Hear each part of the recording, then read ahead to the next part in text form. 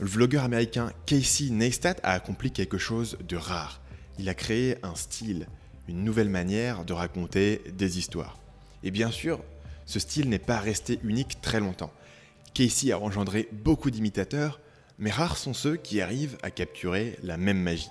Il ne suffit pas d'un tripode Joby porté à bout de bras, ni d'un plan de drôle avec une musique cool en arrière-plan pour reproduire l'effet Casey Neistat. D'ailleurs, ce genre de détails techniques ont tendance à distraire notre attention de ce qui fait que la vidéo fonctionne vraiment, c'est-à-dire le storytelling. Mais si vous décortiquez, comme on va le faire dans cette vidéo, le travail de Casey Neistat, vous trouvez des principes de storytelling parfaitement exécutés. Et bien sûr, ces leçons s'appliquent et quel que soit votre format, que vous fassiez des vlogs comme Casey, que vous donniez des conseils comme moi, ou que vous fassiez une présentation sur scène ou encore un pitch à un client. Car l'essence du storytelling, c'est une histoire racontée autour du feu de comment vous avez réussi à capturer le mammouth que vous êtes en train de dévorer. Ou alors, c'est les paraboles qu'on trouve dans tous les textes religieux. À l'origine, le but du storytelling, c'est de transmettre une leçon d'une manière qui soit convaincante, mémorable et qui puisse être répétée facilement plus tard. Bref, raconter de bonnes histoires est indispensable pour éduquer et bien sûr, pour persuader. Aujourd'hui, je voudrais décomposer avec vous une vidéo récente de Casey intitulée Filmmaking is a Sport. Je l'ai choisie parce qu'elle est courte, elle ne dure que 4 minutes et 13 secondes et elle partage un message simple. Filmmaking is now art.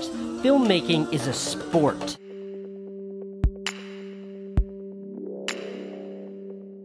La vidéo suit une structure classique en 3 actes, telle qu'on la trouve dans de nombreux films hollywoodiens. Dans l'acte 1, on met en place le héros, son objectif et l'obstacle qui l'empêche d'accomplir cet objectif. Le premier tournant majeur de l'histoire est le passage de cet acte 1, où on met en place le personnage, à un acte 2, où on va trouver le gros du conflit. C'est dans cette transition entre l'acte 1 et l'acte 2 que le héros est mis au pied du mur et il doit prendre une décision. Va-t-il accepter l'appel à l'aventure? Et si notre héros accepte, il est propulsé dans l'acte 2 et doit relever des défis croissants, avec un acte 2 qui culmine dans un moment de crise où tout semble perdu. Pour surmonter cette crise, le héros doit évoluer en tant que personne et apprendre le message que l'histoire veut communiquer. Armé de cette leçon, il dépasse ses limitations et triomphe dans l'acte 3. Et finalement, le héros transformé revient parmi le reste d'entre nous pour nous transmettre ce qu'il a appris dans son aventure. Voyons comment Casey utilise cette structure classique pour faire passer son message. La vidéo commence avec un segment que j'ai intitulé « Le rêve ». Go. When I was a kid, I wanted to be a filmmaker. To me, there was no higher artistic achievement than that. I watched movies all the time. I watched all the movies. I bought this book. L'enjeu est posé dès la première phrase. Le jeune Casey veut créer des films. La question posée par l'histoire est donc comment va-t-il accomplir ce rêve? Et une première réponse est apportée par la section suivante que j'ai intitulée « Le mensonge ». And the Oscars were my Super Bowl. What would I wear? What would I say in my acceptance speech? Would I do Roberto Benigni, pull a Sally Fields, or play it straight like Hanks? Thank you. But more than anything, I just wanted to make great films. I wanted the big cameras, I wanted the big crew, I wanted to work with the best actors, I wanted to read the best scripts, the crane locations, I wanted all of that. I wanted to be the version of the filmmaker that I thought was the only version of the filmmaker, the ones with the fucking bow ties. That's what I thought it meant to tell stories. Pourquoi est-ce que j'ai appelé cette section le mensonge? Ça fait référence à un concept que les scénaristes appellent le mensonge que le personnage croit. L'idée, c'est que les meilleures histoires ne sont pas celles où le héros combat contre un méchant. Ce sont celles où le héros est transformé par son voyage et par les rencontres qu'il a faites. Cette évolution du héros peut être expliquée sous la forme d'un mensonge que le personnage croit. C'est-à-dire une idée fausse qu'il a sur lui-même ou sur le monde et qu'il devra abandonner lors du moment de crise à la fin de l'acte 2. Le mensonge auquel le jeune Casey croit, c'est qu'un vrai réalisateur a un gros budget et gagne des Oscars. Bien sûr, à l'époque, il ne sait pas encore que c'est un mensonge, mais le Casey de 2018 qui nous raconte l'histoire et qui nous fait passer ce message, nous le signale subtilement. Be the version of the filmmaker that I thought was the only version of the filmmaker, the ones with the fucking bow ties. That's what I thought it meant to tell stories. Il y a une autre idée de storytelling qui est intéressante dans cette section et c'est l'utilisation des détails. Parce que pour que cette histoire ait un impact sur vous en tant que spectateur, il faut que vous compreniez à quel point le personnage de Casey rêve d'accomplir cet objectif. La question c'est comment transmettre ce désir. Si Casey se contentait de nous dire qu'il était passionné, on le comprendrait intellectuellement, mais émotionnellement ça n'aurait pas tant d'impact que ça. La solution, et c'est là que se trouve le talent d'un bon storyteller, c'est de choisir le bon détail qui va nous permettre de nous représenter la scène et avoir cette accroche émotionnelle. Ici, le détail qui est choisi, c'est d'expliquer que, déjà enfant, il imagine le jour où il va recevoir son Oscar.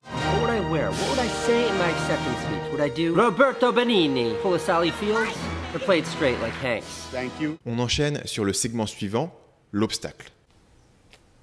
See, if you want to be a writer, all you need is a stack of paper and a pencil. If you want to be a painter, you need a brush and a canvas, you can be the next Picasso. But when I was a teenager, when my filmmaking fantasies were at their peak, if you wanted to be a filmmaker, you needed resources, education, you go to that film right people, you have the right age, you had to get to see that movie, you needed money. In order to make movies, you needed all those things. All those things I didn't have. Filmmaking was this exclusive club. It was for the chosen few. Pour créer des films, il faut de l'argent. Et pour avoir cet argent, il faut faire partie du club fermé de Hollywood. L'obstacle mis en avant dans ce premier acte est donc comment rentrer dans le club. Et face à un tel obstacle, Casey doit prendre une décision, et avec la décision vient le doute. So I started to think, maybe this isn't for me. Maybe I'm just not meant to be a filmmaker. Maybe I'm not allowed to be a filmmaker. Maybe it's unrealistic. Maybe I have to find something else to do with my life. Casey est tenté d'abandonner son rêve, il doit prendre une décision sur cette future, et cette décision forme le tournant qui va l'amener à l'acte 2. L'acte 2 commence par la décision de poursuivre son rêve. This was my dream. And if there's one thing I know about dreams, it's that to achieve them, you have to stop at nothing. L'acte 2 fonctionne sur l'obstacle qui a été mis en place dans l'acte 1. En l'occurrence, comment est-ce que Casey va réussir à rentrer dans ce club fermé de Hollywood? Et avec ça, l'histoire va rentrer dans une phase que j'ai appelée la lutte. I spent 10 years chasing it down. I said yes to every opportunity that involved picking up a camera.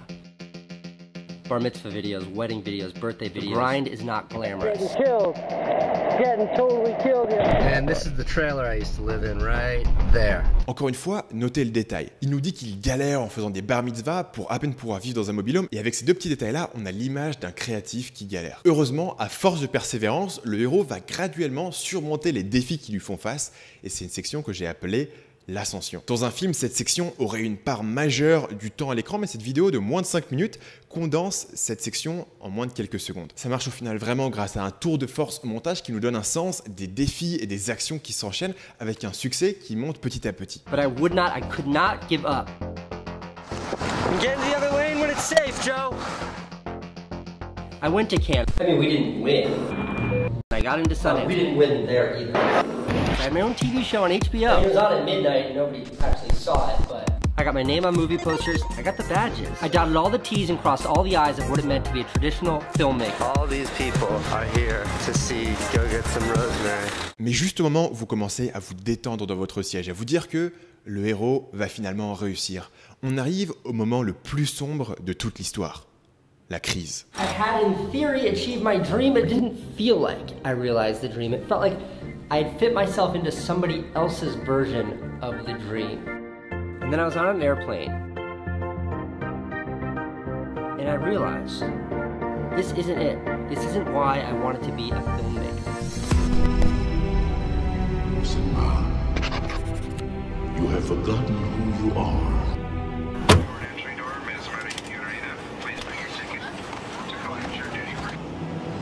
It wasn't the red carpets, it wasn't the film festivals, it wasn't the awards, it wasn't the award shows. None of that shit. The more time I spent chasing down the facade of success, the less creating I was actually doing. La crise, c'est le moment où le héros se trouve dans une situation de grand danger, où tout ce qu'il a construit jusqu'ici menace de s'écrouler. Et d'ailleurs, notre héros lui-même se retrouve dans une situation personnelle difficile et il est sur le point de se décourager. Dans l'histoire racontée par Casey, la crise est interne. Il s'aperçoit que la carrière qu'il a passé 10 ans à construire ne lui apporte pas la satisfaction dont il rêvait. C'est à ce moment-là que le mensonge que le personnage croit est mis à nu. Et le héros doit avoir le courage de rejeter ce mensonge et de changer de manière profonde afin de pouvoir avancer vers l'acte final.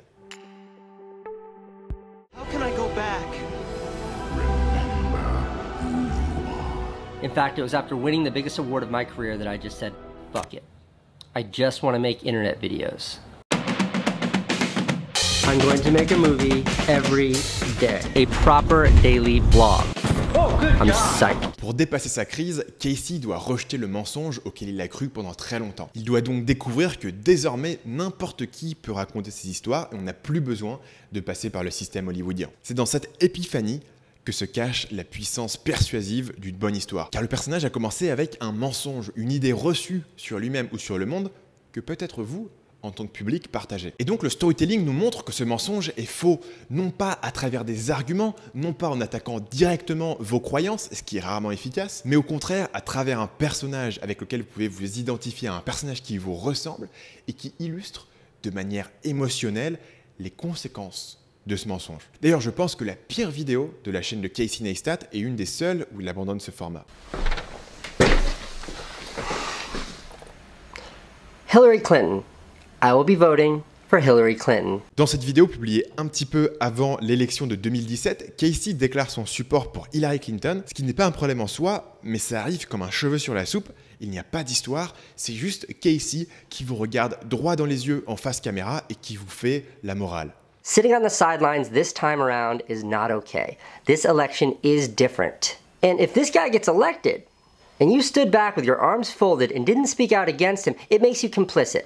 It makes you partially responsible for handing him the reins of power. Et du coup, cette vidéo a été assez mal reçue, avec 286 000 dislikes, et Casey lui-même reconnaît que c'était une erreur. I think that video was a gross misstep, and like, I was extremely emotional about that election. And look, at the end of the day, do I think that Hillary Clinton would have made a better president than not? I don't know. Le contraste est d'autant plus frappant que pour en revenir à la vidéo d'aujourd'hui, eh bien dans cette vidéo, Casey a un message tout aussi direct à vous faire passer. Now, we live in the future, and chances are there's a camera in your pocket that's good enough for the big screen. But you don't need the big screen. A few hundred people might show up in a movie theater, but put it online, millions. Find an audience. Find a small audience. Slightly less small audience. Find your audience. Tell your story, start a conversation, get that idea out of your head and into your video. Make again. Make something terrible. Make it slightly better. Make it a lot better. Make it great. Finally, films, movies, videos, the most powerful form of storytelling that's ever existed. Something that used to be entirely out of reach finally. Filmmaking is now ours. Filmmaking is a sport. This is the new party, and now everyone's invited. Was that good? Le message final de Casey, c'est que vous n'avez pas besoin de faire partie du club pour raconter des histoires. Vous pouvez prendre votre téléphone et commencer maintenant. Et ce message n'est pas juste collé à la fin pour vous faire la morale, c'est pas une surcouche ajoutée à l'histoire pour vous vendre une idée. Au contraire, l'histoire et le message sont totalement inséparables. Le message est introduit dès la seconde section de l'acte 1 à travers le mensonge, dont la conséquence directe est l'obstacle qui va déclencher l'acte 2. Et le mensonge va également créer la crise qui fait culminer cet acte 2 et entraîne finalement la résolution à travers une épiphanie où on va renverser le mensonge. Et c'est pour ça que quand Casey Neistat a un message à vous faire passer, il est aussi efficace. Souvent, la meilleure façon de faire changer quelqu'un d'avis, ce n'est pas de l'attaquer de manière frontale. Et parfois, la meilleure manière, c'est de raconter une histoire. Et pour ça, rien de mieux que de s'inspirer de la structure des plus gros blockbusters hollywoodiens, qui marchent tout aussi bien dans une vidéo de 4 minutes que dans un film de 1h30. Si vous avez regardé cette vidéo jusqu'au bout, laissez-moi un like et un commentaire. Il faut savoir que c'est ce taux d'engagement qui permet à YouTube de déterminer quelles vidéos sont de qualité. Donc si vous voulez voir plus de ce genre de vidéos qui demandent quand même plusieurs jours de recherche, d'écriture, de montage, d'enregistrement, eh bien laissez-moi un petit like, un petit commentaire. Ça aide vraiment énormément la chaîne à se développer. Et puis bien sûr, si vous n'êtes pas encore abonné à la chaîne, faites-le maintenant en cliquant sur le bouton qui se trouve ici. Et dernière chose, si vous voulez vous aussi construire une audience qui vous permet de vivre de votre créativité, de vivre des histoires que vous raconter. J'ai créé pour vous une formation gratuite par email de 16 jours qui vous explique comment j'ai monté ma chaîne YouTube de 0 à plus de 60 000 abonnés en moins d'un an et comment vous pouvez faire la même chose. Cliquez sur le bouton en dessous de moi pour accéder gratuitement à cette formation par email. Et quant à moi, je vous retrouve la semaine prochaine.